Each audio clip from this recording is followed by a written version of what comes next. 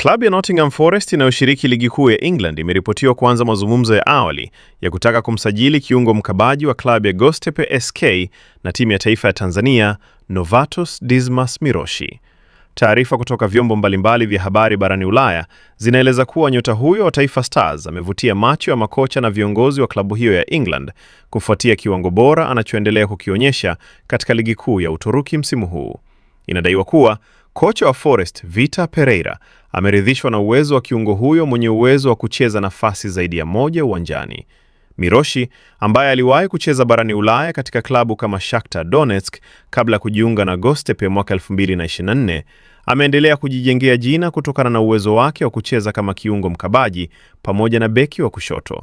Akiwa na Göztepe, amekuwa miongoni mwa wachezaji muhimu wa kikosi hicho, akionyesha uimara mkubwa katika eneo la kiungo na hata kufunga mabao muhimu katika baadhi ya michezo ya ligi.